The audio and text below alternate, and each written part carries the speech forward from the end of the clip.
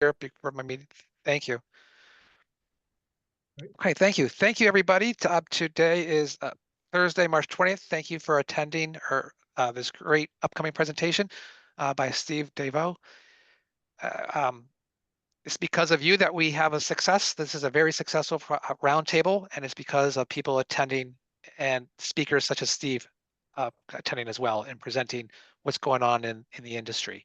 I do want to point out that today is March Madness, the beginning of the collegiate basketball tournament. So for those that love basketball, if you can hold off watching basketball for an hour, because it's going to be from noon today all the way to midnight, nonstop basketball for the next 2 days at least, and for the next few weeks.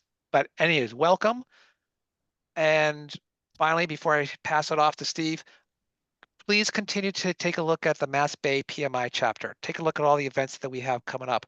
There are some new roundtables, such as for women around project management. They have like speed networking events, activities like social activities. So please check that out, and as well as take a look at the PMI overall organization with upcoming events. It'd be great to see other people and to network and see what's going on in the industry. With that, I would like to introduce Steve Devaux, who is as president of the Analytical Project Management of Newton, Mass. His consulting and training customers have included the U.S. Air Force, Siemens, BAE Systems, iRobot, etc. Over the years, Steve has taught graduate project management courses at Suffolk University, Brandeis University, the University of West Indies, Barbados, and undergraduate courses at Suffolk and Olin College of Engineering. He is also the author of Managing Projects as Investments, Earn Value to Business Value, and Total Project Control, a practitioner's guide to managing projects as investments. Any of my students in my class, we're going to talk about earned value analysis on Monday night. He's also contributed chapters in two books back in 2013 called Project Management in the Oil and Gas Industries and Handbook of Emergency Response. Many of his innovative techniques and metrics are being used throughout the world, including critical path drag, which was recently encoded in the latest version of the ASTA Power Projects software. With that, I'm going to pass it off to you, Steve. Take it away. Thank you. Thank you so much, Dr. Bleakney. Hi, everyone. Yeah, I guess that today is the start of March Madness. Fortunately for Dr. Bleakney and I were talking about cricket before we started here, and I know that both he and Dr. Alexis have a number of students from cricket playing countries. So fortunately, there isn't a cricket match going on today that we have to pay attention to. So at least we're free from that. Okay, so here we go. What I'm going to be talking about today, first of all, I'm going to try to be very relaxed. I'm going to try to finish this up in 45 minutes and give us like 10, 15 minutes to talk, to take questions or what have you. And what I'm going to be focusing on really is the fact that for the first time ever, the 8th edition of the PMBOK guide looks like it's going to include three of the metrics that I've been using, teaching and using as a consultant for many years. They are value breakdown structure, critical path drag, and drag cost, all three of which were included in the draft edition, the review copy of the 8th edition of the PMBOK guide that was available to make comments on for a month back in December and January. So I'm very hopeful that these will be in the final copy of the 8th edition of the PMBOK guide when it comes out. I'm very happy for that because these are important metrics. They're important for any type of project, but towards the end of this presentation, I'm going to be talking about how valuable these metrics can be for things like saving lives when dealing with projects, the purpose of which is to reduce mortality. To me, that's where my heart is. I have no problems with gas companies or banks or whomever making more money, but I also feel that projects and project management is not being done in a sophisticated enough manner in projects which are involved with saving lives, emergency response, public health, et cetera, et cetera. Okay, so that's my big thing. So here we go now. That's a picture of me, the same hat, but I'm in Dublin there and drinking a glass of Guinness. I'm a very relaxed kind of guy. And there is one of my books, Managing Projects as Investments, published by CRC Press. After I get done talking, if you want to learn more about all this stuff, you might want to take a look at that. And here is the other book that I'm going to be talking about near the end. It's Handbook of Emergency Response. I have a chapter in there, chapter 21, the title of which is Time is a Murderer. Okay, so people die because projects take longer than they should. And there goes a drag racer running across, because we're going to be talking about drag racing. In other words, using drag to save lives. Okay, now I'm also going to be talking about PMI. I am delighted with PMI. I was a member of PMI from back in the 1990s until I stopped being a member. I gave up my membership basically during the COVID shutdown because I just didn't see that it was making a lot of progress, I felt. And I'll point out some of the reasons for that. One of the big things, unfortunately, is that project management, for whatever reason, has abandoned critical path and critical path method. And I'm fairly upset about this because there are a few things in project management that are more important. This is a graphic from a site called Google Books Ngram Viewer. It's basically a measure of how many times any term has been used in books published in a given year. And as you can see, back in the late 50s, both critical path and project management started to be used. Critical path became more popular immediately. Project management was slower to become popular.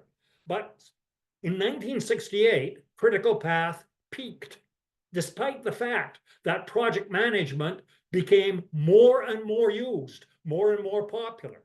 Now, this is strange to me because there should be a definite correlation, not necessarily exactly equal, but a correlation between the use of project management and the use of the term critical path.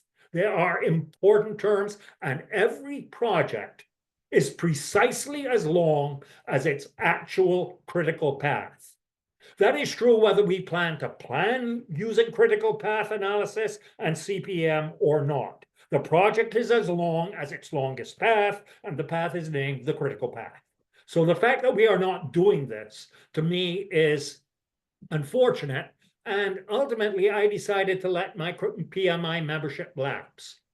I rejoined late last year, because I discovered that PMI was, it seemed to me, finally doing some really important things and valuable work. And I am delighted with the direction I see PMI moving in at the moment.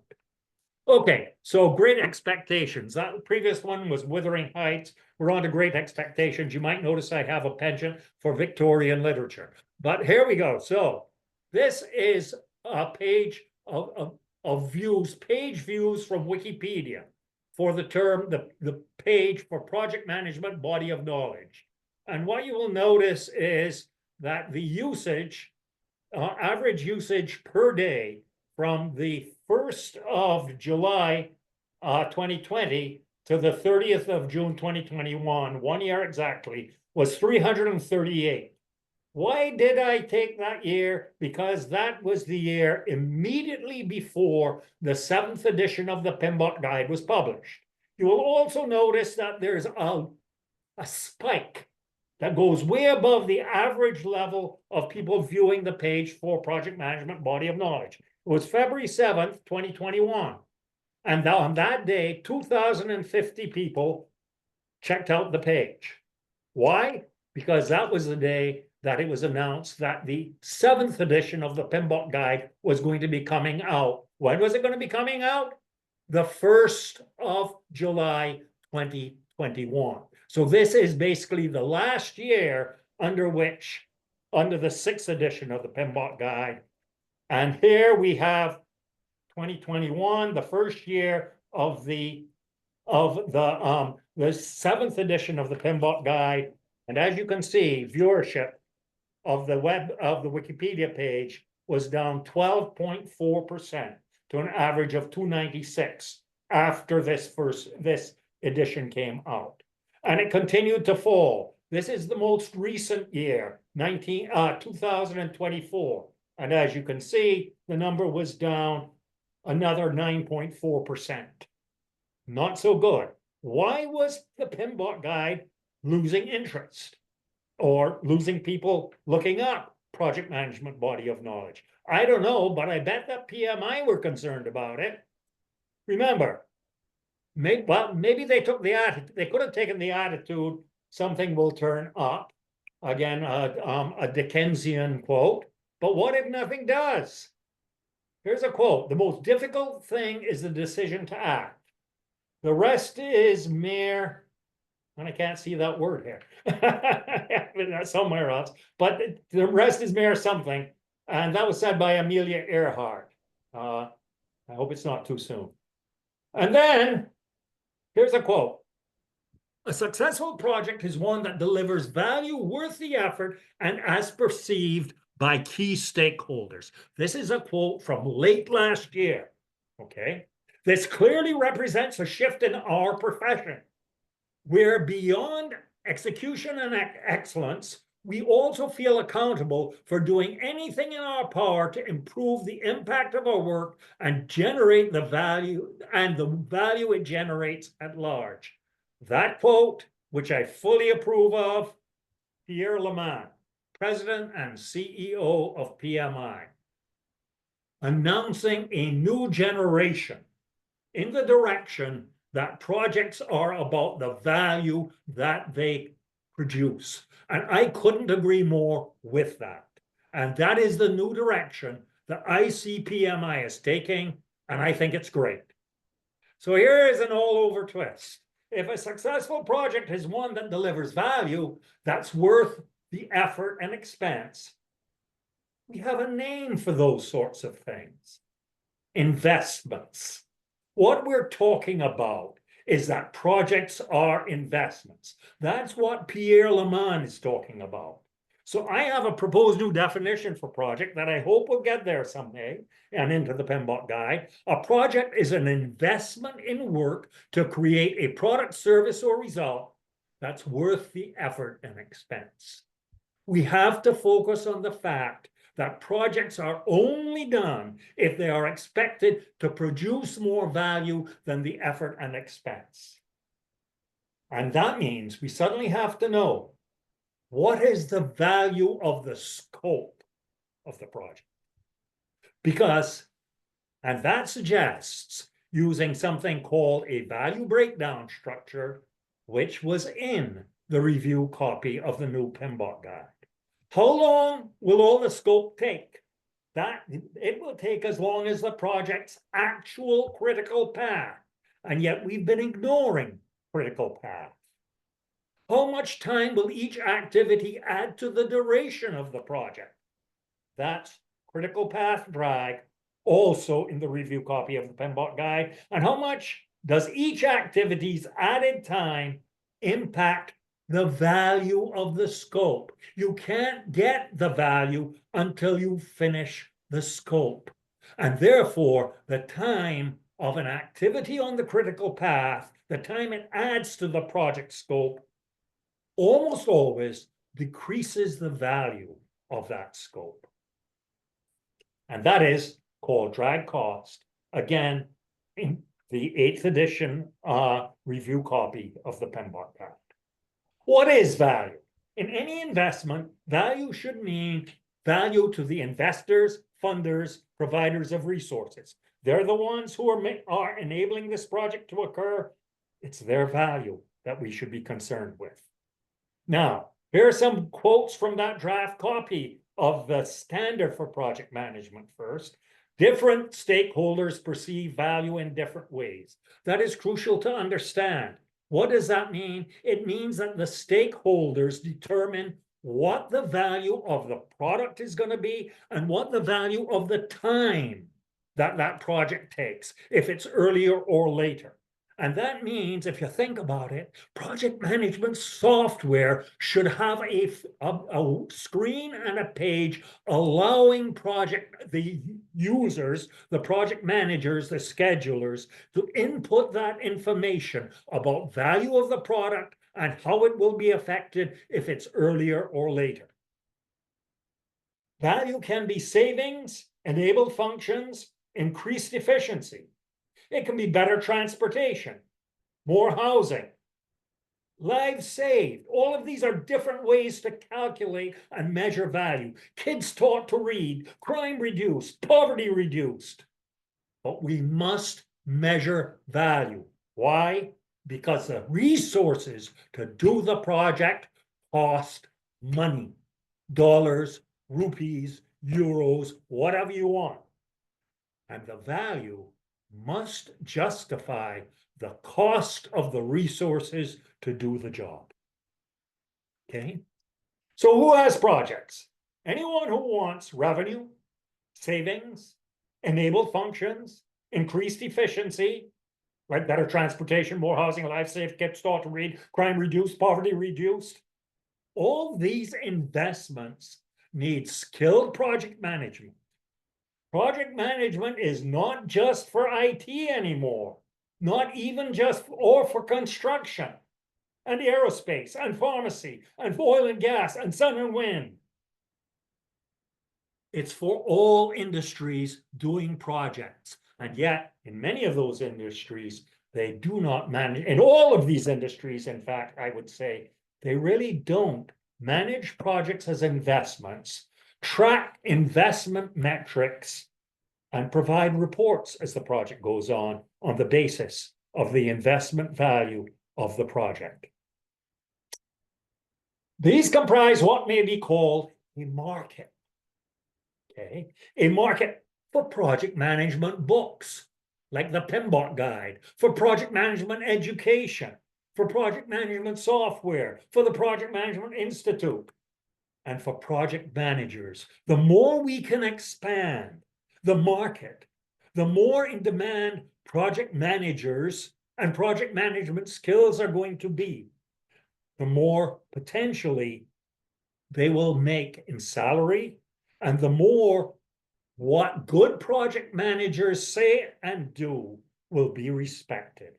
And I'm all for that, because project management can have a huge impact on the value of projects and on the value of organizations doing projects, and ultimately save lives too, as we will see.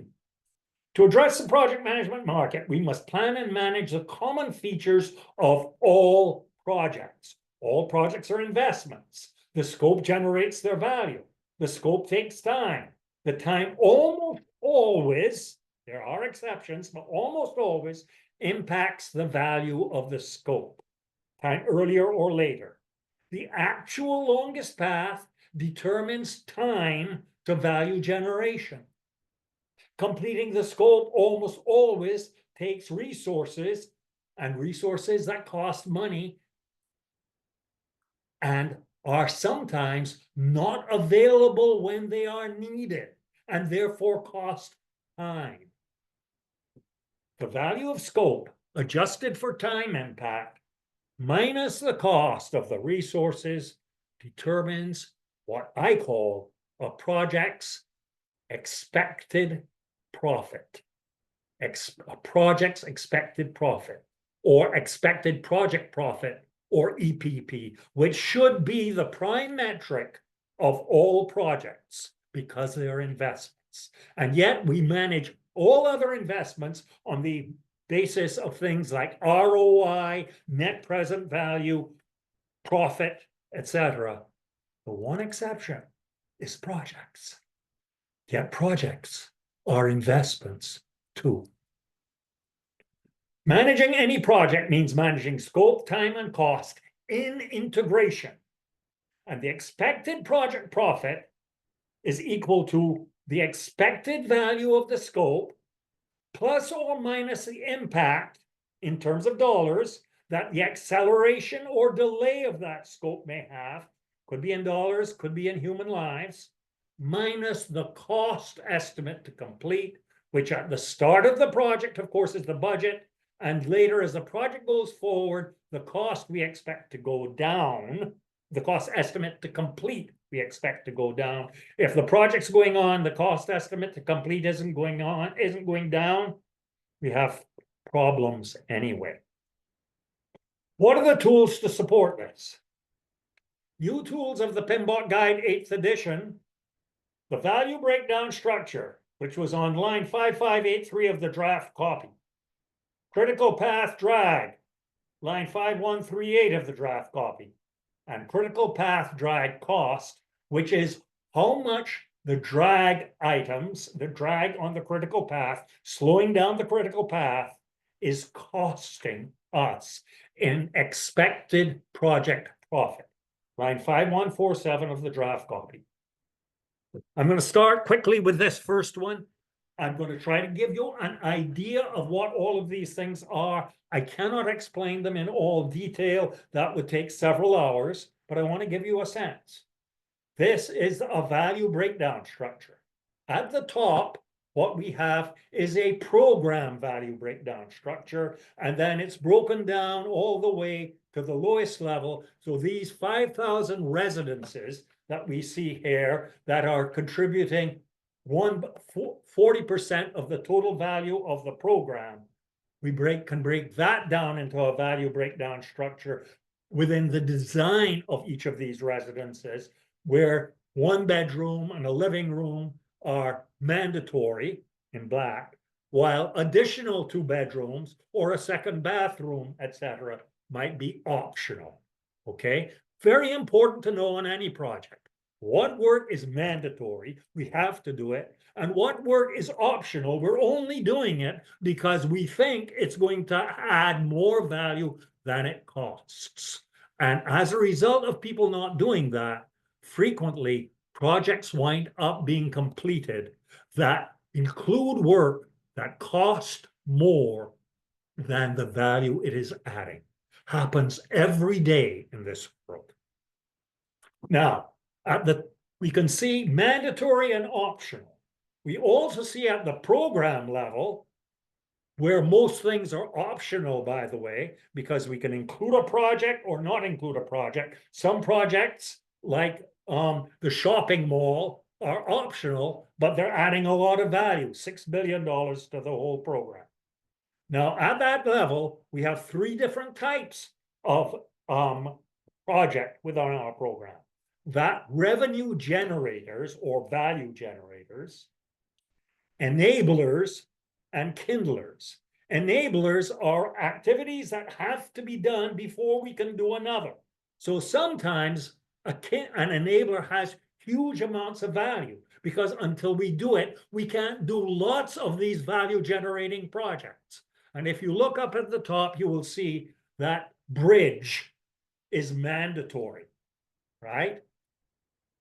It's mandatory. 100% of the value of this development is in the bridge because we can't do any of the work until we build the bridge, and in order to get the equipment over to Valhalla Island to start doing all of the other work. If you're working on a project and you have an enabler activity within the project or enabler project within the program, that enabler may have huge amounts of value, and any delays on that enabler will delay lots of other value generating work. Yet this is a concept that does not exist. Hopefully it will after the new PMBOK guide comes out later this year. Now, managing time on a project. How do we manage time? The most destructive thing in project management, I often feel, is this concept of the deadline. What is a deadline? A deadline is a concept that originated from prison camps back during the US Civil War. There was a fence, but of course they didn't have barbed wire in those days. So what they would do is they would draw a line in the dirt about 20 feet inside the fence line. And there would be a guard up in the tower, and anyone who stepped over that line would get shot by the guard. That's why it was called a deadline. You stepped over it, you were dead. Now, later, the term was adapted into a metaphorical use, perhaps to show the seriousness of an end date in a timeline, right? However, deadlines are usually arbitrary, cause bad responses, such as, oh, we can take a little longer. We've still got time to the deadline. We can take some resources off this project because it's not the deadline yet. And then something happens and it slips and it costs us lots of money and value.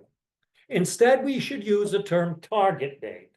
But we have to understand that time is costly on projects. In general, earlier adds value, later subtracts value. And we should estimate the value and cost of varying that target date, and that information should be input to our software package, and the software package should have the pages and fields in order for the user to put in what is my target date, how much would it be worth to me if we could finish earlier, and how much will be the downside if it finishes later. Managing time means managing the critical path. Every project is exactly as long as its longest path of activities. We can choose to plan and optimize that path, or we can ignore it. But the project will still be exactly as long as its longest path. Failure to manage the critical path properly means failure to control the impact of project duration on the value of scope. What impacts a project's delivery date? The work, delays, constraints, bottlenecks that comprise the project's actual critical path. In construction, it's called the ABCP, or as-built critical path, and they have drag. Okay, most of you are probably familiar with this, so I'm going to go quickly through this, just the rudiments of critical path scheduling. So on a critical path schedule, we have these boxes, right? And first we trace the durations and network logic from first activity to last, and we input at the top the early start and early finish of each activity. The earliest each activity in the project can start and finish. Then we go to the end of the project and we put in for each activity, calculating backwards, the late finish and late start, which is the latest any activity can finish or start without delaying the end of the project beyond its early finish date, right? That's critical path method. What does CPM say? Well, here is a network logic diagram showing us the early dates. This project starts the beginning of day one and will finish the latest early finish date is day 71. So now we come back and we put in the late dates coming back from 71, because if we can finish by 71, we don't want to go later than 71. That means E has to start no later than 52. B and D, therefore, both have to finish no later than the last second of 51, and so on. And what does this tell us? First, it tells us where the longest path is, which we call the critical path, because it determines the length of every project. Any delays on the longest path make our project longer. And if we want to shorten our project, we have to shorten our longest path. Does nothing at all, no good at all, to shorten B up from its 30 all the way down to 3. The end of the project won't come in because B is not on our critical path.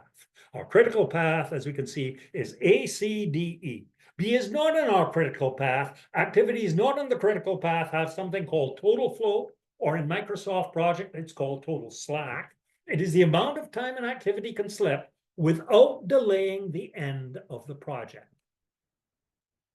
Okay, and B has total float of 6. You calculate total float by subtracting the early finish from the late finish. 51 minus 45 is 6. Now, you should notice that on our critical path activities, there is no float. The early dates and the late dates are the same, right? So what does this, the method and the software tell us about the critical path? You know what it tells us?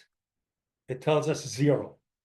It tells us their float is 0. So let me ask a quick question now. What is more important? Something that is critical or something that is not critical? What is more critical? Something that's critical or not critical? I would maintain that something that is critical is more critical than something's not critical. Yet the methodology and the software quantifies the stuff that's not critical, its total float, and tells us nothing, 0, about the stuff that is critical, that its total float is 0. What should it be telling us? It should be telling us how much time each of these critical path items is adding to our project duration. Because if we want to shorten our project and thereby increase our project value, we need to shorten our critical path. Okay? Suppose each unit of duration cuts our ROI by $5,000. We have 4 activities on the critical path, A, C, D, and E. We're going to, remember, we're going to be looking maybe at 3,000 activities with 1,000 of them on the critical path. But we need to understand how to do this process. So I'm doing it in a very simple situation. Of the 4 activities, A, C, D, and E, which 2 should we look at first to shorten? Should it be A and C? Should it be A and D? Or A and E? Or C and D? The 2 longest, by the way, 24 and 20, or C and E. And whenever I ask this question in a course often with people who have been doing critical path scheduling for 20 years, I always get 3 or sometimes 4 different answers. Let's ask the question this way. Suppose we take activity A and we shorten it from 15 down to 0. In other words, we don't do A. We just start the project with B and C. How much would the end of the project come in by? It would come in by 15. Instead of B and C having to wait till 16 to start, they could start day 1. So A is adding 15 days to our project duration. E is adding 20 days. If we don't do E, we shorten it to 0, the project would finish 20 days earlier at the end of 51. So it is adding 20 days. How much time is C adding? It's got a duration of 24. If we take C out, if we shorten it to 0, how much would the end of the project come in by? And the answer is not 24, it's 6. So A is 50, has drag of 15, E has drag of 20, but C only has drag of 6. Why? Because if we shorten C up from 24 to 18, yes, the project will come in to 65, but B's total float will disappear. It will now have 0 total float. If we keep shortening C, the project won't come in any faster, any further, because it's already, the critical path has changed, and B is now on our critical path, which is adding up to 65. The same with D. If D, we shorten D from 12 to 6, the end of the project will come in by 6. If we shorten it to 0, the end of the project will still only come in by 6 because of the critical path going through B. And CD, the whole path CD, has drag of 6, not 12.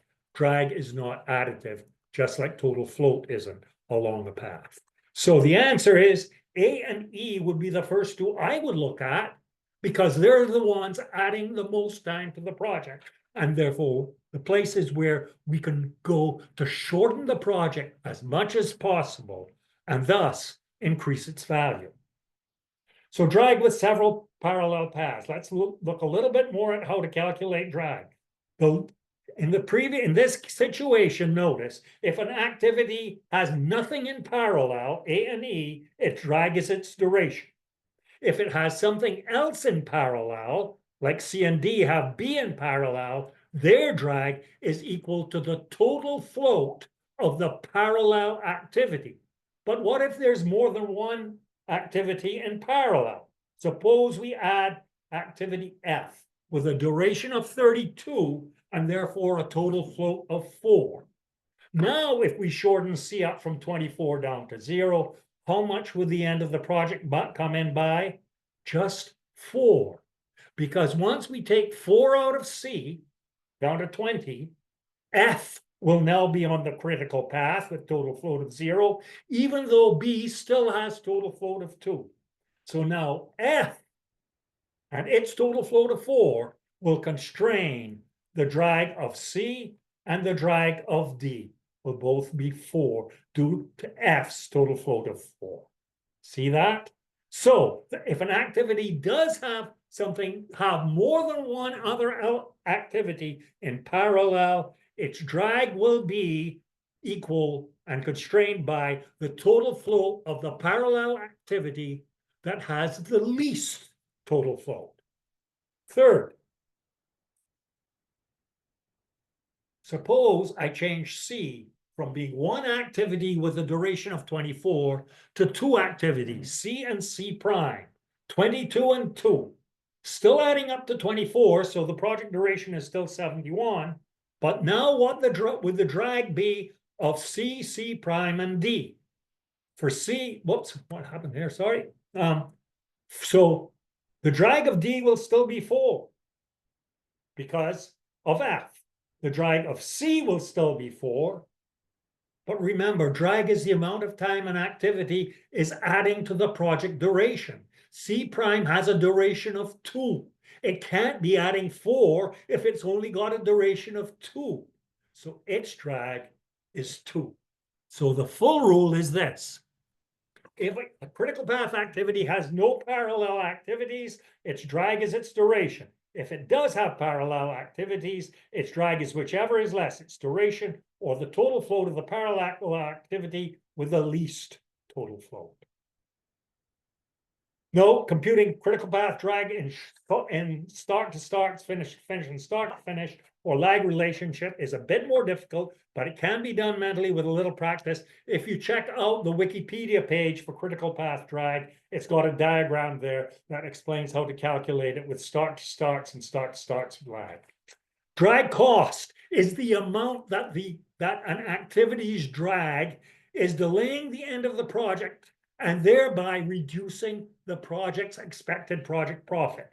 So if there's a delay cost of 20K for every week beyond 65, in other words, if it goes beyond 65, every week beyond 65 reduces the value by 20,000.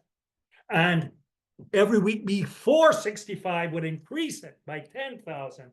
Then ultimately, we can calculate the drag cost for each critical path activity. And you can see that for E, it will be 6 days at 20,000 and 14 days at 10,000, or $260,000 will be the drag cost of E. How do you use that information? You use it to justify increasing the resources. If you can spend another $30,000 on E, but thereby reduce its drag by 6, that 6 you reduce this drag by is worth 120,000. You spend 30,000 to save 6, to increase the value by 130,000. Sounds like a good deal to me. To increase its value by 120,000. And A would be 210,000. C would be 80,000, D 80,000, and C prime 40,000. That's their drag cost, which is the amount of time that their project value is being decreased because of the time, the drag that each of these activities is adding.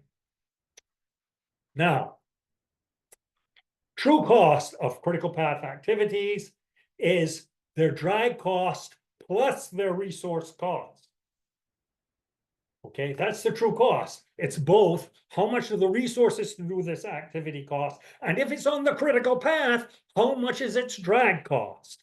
And as a result, you can see that if activity E has both true cost and drag cost of adding to $350,000, and E is only adding $300,000 of value, why are we doing E if it's an optional activity? Either do it differently, so it's not adding that much drag cost, or don't do it, jettison it. And again, projects are being done and completed every day that are with activities costing more than the value they are adding, because no one understands this concept of total cost of work, which is what I call it, TCW. Okay, so why don't software packages have this information? They need to let the users, to establish screens to let the users add their value and the value of time. So here are some screens that they could easily put together, and I'm hoping some will. I've been talking with some software packages that are talking about doing this stuff. Value of acceleration or delay. Put this information in there, and now we can optimize the schedule, because we can see that for here, if we go out from June 30th to July 1st, that one day reduces the value by 500K. But if we could finish it a week earlier, it would add 100K of value. And now we can make decisions, not based on wishful thinking or just make the project shorter, but on how much it would be worth if we can add a certain amount of resources to decrease the project's drag cost. Why is drag, the critical path metric, not part of a traditional CPM? For years, people have asked me, because I've been using this stuff for 30 years. Then, late in 2016, Patrick Weaver of Mosaic Projects in Australia gave me my answer, because on his blog, he published this letter from Chris Foster. He said, I was told this story in 1978 by a retired quartermaster who founded his company after the war. I don't wish to minimize the work of Kelly and Walker. They're the guys who set up the principles of critical path method. They introduced critical path scheduling to the world and formalized the algorithms. They did not invent the technique. The origin of critical path scheduling was a planning of US Pacific island hopping campaign during World War II by the United States Navy. The Quartermaster Corps coordinated orders to hundreds, if not thousands, of ships for each assault. If any ship arrived early, it would alert the Japanese of an imminent attack. So we don't want one ship to arrive until all of them arrive. The travel times were calculated. Some ships coming down from Alaska, some going from New York, going through the Panama Canal, and some simply coming from Pearl Harbor, right, in Hawaii. The quartermaster then calculated the shortest and longest travel times to the destinations and set up the schedule. The goal was to have all ships arrive at the same time. They started on the islands as identical bubbles with identification codes. Ultimately, these were the first activity on arrow critical path charts, circa 1942. Float was the amount of time a particular ship could float at anchor before it needed to get underway for the rendezvous at the same time. Later, when the US quartermasters introduced the technique to the British for planning the D-Day invasion, the British changed float to slack, to broaden the term to include Air Force and Army units, which didn't float, but could slack off for the designated period of time. Critical path scheduling was a military secret until declassification in 1956. But unfortunately, the anomalous needs of the World War II naval projects, if any arrived early, it would alert the Japanese of an imminent attack, made simultaneous finishing the priority, not finishing earlier. This is equivalent of placing a finish no earlier than constraint on the completion of all paths. But on most projects, early completion has great value, can save money and lives. And so to shorten the entire project, focus needs to be not on float, but on critical path drag and drag cost. How much critical tasks are adding, and to reducing ROI so we can shorten. What if drag cost is not in dollars? What if it's in human lives, like a vaccine rollout, a murder investigation, constructing a new hospital that may save 3 lives a week. What if it's 3 weeks late? A response to a natural disaster, a D-Day landing. Surely in all cases, the cost of time becomes super important, yet in most of the industries doing this, construction is an exception. They should understand this, and they're learning this stuff rapidly, I'm pleased to say. But ultimately, most people in these sorts of industries don't understand the value of critical path scheduling, and they're not doing it. How many will die each day waiting for a new vaccine? How many people will die if a murderer strikes again? How many lives per week will the new hospital save? Or how many will die in rubble after each hour of an earthquake? So that's this. And I'm just going to give it to you. This is again from that book, Handbook of Emergency Response. I wrote chapter 21. It's edited by 2 people called Adedeji Badiru and Leanne Ratz. Very nice of them. They published it. And Time is a Murderer, the cost of critical path drag in emergency responses. What we have here is a network diagram of the way this project would be done. Okay, so what we have is in the boxes which use the dashed line, those are the value generators, the ones that are actually going to save lives. The other activities here aren't going to save lives, but they enable us to do these things that will save lives. And as you can see, the overall project duration is scheduled for 14 hours. Okay, this is how long it would save this. Now, notice that 2 of the items, secure the area and contain damage, they're on the critical path to finishing the project. They also, we can start getting value from securing the area, and it could be finished by the end of week 9 and the end of week 12 for containing the damage. Now, first, we need to set up a damage control time chart, a chart that shows how urgent is time. What is the cost of time? The US Navy has a standard thing it uses called the damage control chart. It is not a damage control time chart, which is a concept that I introduced for that chapter. And it is crucial. What is the value of time? For whatever reason, we refuse to understand that we must quantify the value of time.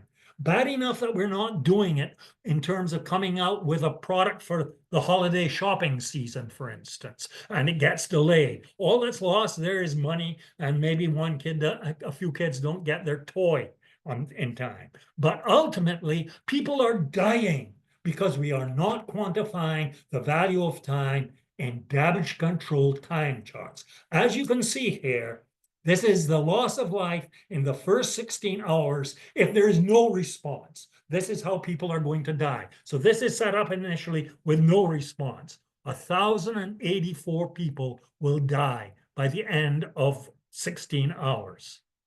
Now, this is what happens if we set up a simple critical path method schedule without doing any drag optimization.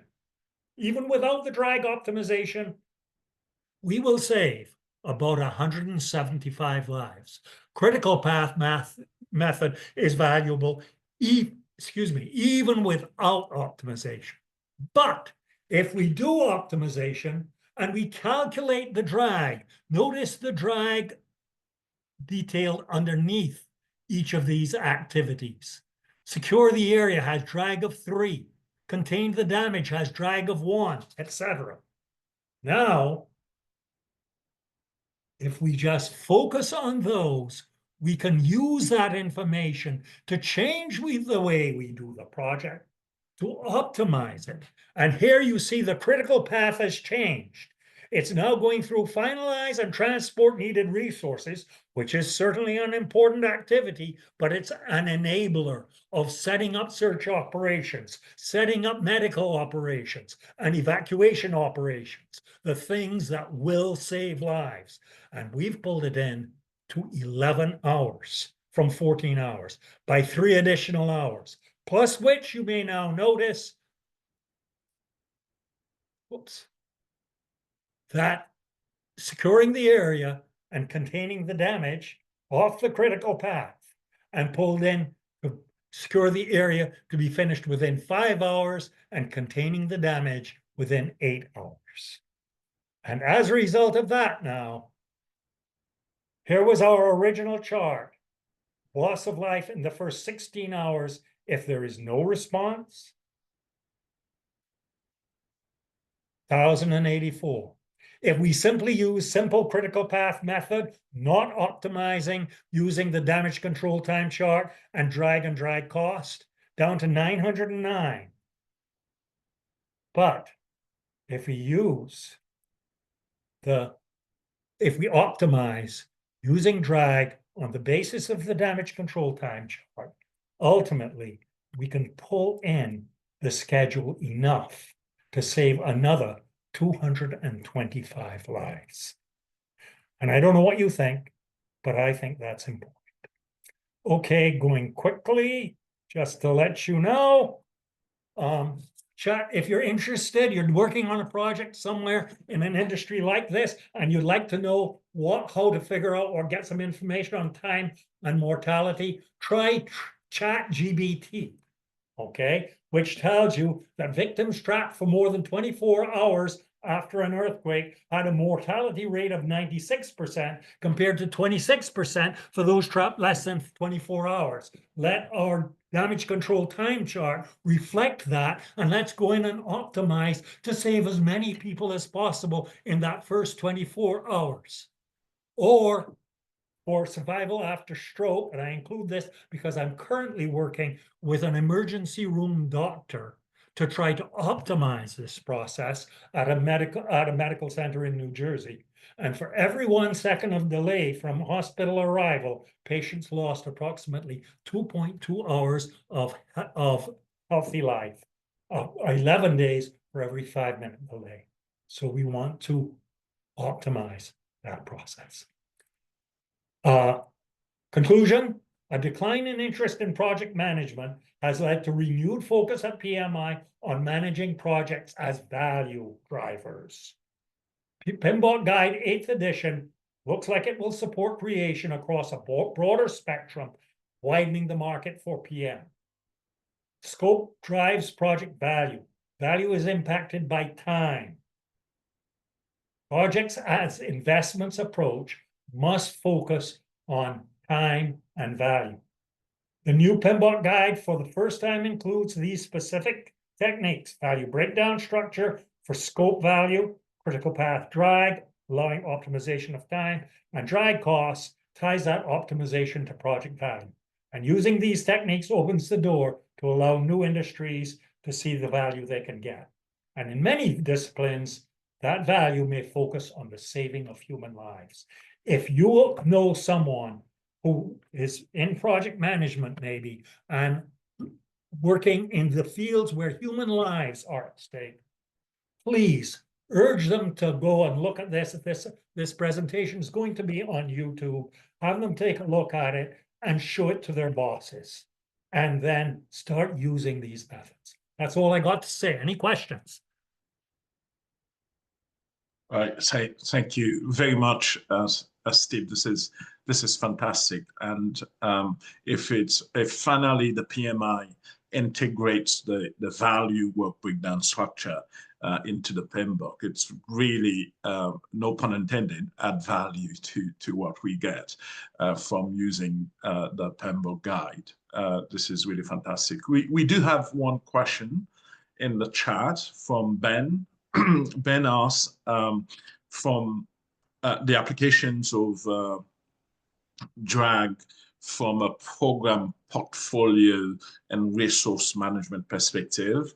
So in a complex multi-project shared resource pool scenario, could drag data be leveraged to optimize critical resourcing and prioritizations of at the task level, ensuring that the overall portfolio delivers maximum value?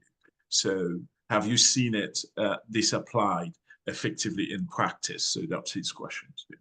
I believe there is, at least one software company, possibly more, that is currently working on this. If you are interested, anyone here who is interested in this stuff, you can follow me on LinkedIn. If send me connect with me on LinkedIn, and I'm delighted, and I'm happy to send you more information about all this. There's an article that's out there that I published on the website of a software company in the Netherlands called Epic Flow, and that article explains to do essentially exactly what you're talking about, and it's hugely important. It could hardly be more important. The process of allocating resources in the best way possible across a portfolio absolutely is dependent on things like drag cost and value. And unfortunately, it's not being done. Just to say, the two people who have won Nobel Prizes for project management, named Kantorovich and Koopmans, they won the Nobel Prize, I believe, in 1975. This is exactly the sort of thing they were working on, except we never got there because, unfortunately, Koopmans and Kantorovich, I don't think, saw that projects were investments and to use that information. And certainly they didn't know about drag. Why it took so long for anyone to start discovering drag, I don't know. Any other questions? I don't see any questions in the chat, but we do have a few minutes left here. So if anyone has last questions, we definitely take it. You can raise a hand or unmute yourself to ask your questions. There is a question, I think, from Moses. Have you worked with any professionals in the actuarial sciences or underwriters within insurance, risk transference industry? Seems this info would greatly impact within this industry, if not already utilized. This impacts every industry that does projects. You know, obviously there's some industries that only do projects, and it's hugely important there. Unfortunately, sometimes contracts are an obstacle to good project management. But yes, in any industry, have I worked with that specific industry? Not that I can recall. I've worked with a lot of industries. I've consulted, I like to say, I've consulted on projects that range from fashion model Barbie to the F-35 avionics. And when people say, what do you know about fighter jet avionics? I say to them, I know exactly as much about that as I know about fashion model Barbie, which is to say nothing. But what I do is I work with the teams. They are the subject matter experts, and I know the project management and how to take the information they have, and the needs they have, and tie them together by doing projects better. Wonderful. So thank you very much, Steve. This is fantastic. I'd like to invite you to come back to campus to talk to our students. They were fascinating the last time you were on campus about this topic. I'd definitely like you to come back and give this lecture again. So thank you all for attending. I'd love to. Yes, thank you. Thank you all for attending. As you know, we are here every month, the third Thursday of the month. Thank you very much. And I'd like to say many thank yous to the PMI Mass Bay Chapter for hosting us. And they've been doing such a great job, you know, putting everything online. And I do appreciate it. Thank you. You guys take care. Bye. Thank you, everybody. Thank you so much, John and Dr. Bleakney and Dr. Alexis. We'll be in touch, Dave. Now I can go get my Guinness.